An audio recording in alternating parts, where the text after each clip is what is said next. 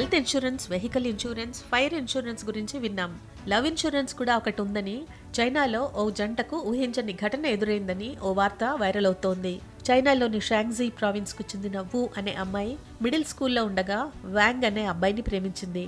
ఆ తర్వాత వారు డేటింగ్ ప్రారంభించారు.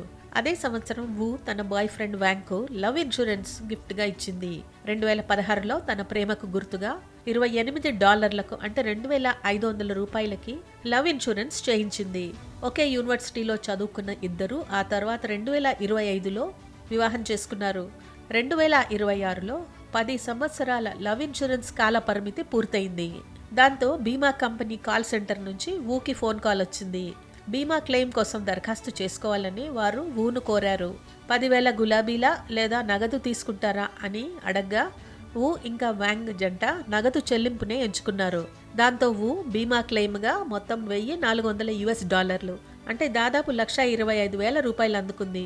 వు తన కోసం లవ్ ఇన్సూరెన్స్ పాలసీ కొనుగోలు చేసినట్లు 2016లో చెప్పిందని, కానీ ఆ సమయంలో తనకు ఆ విషయం నమ్మశక్యంగా అనిపించలేదని వాంగ్ అన్నాడు.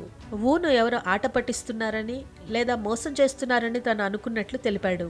లవ్ ఇన్సూరెన్స్ పాలసీల జారీని 2017లో చైనా కంపెనీ నిలిపివేసింది.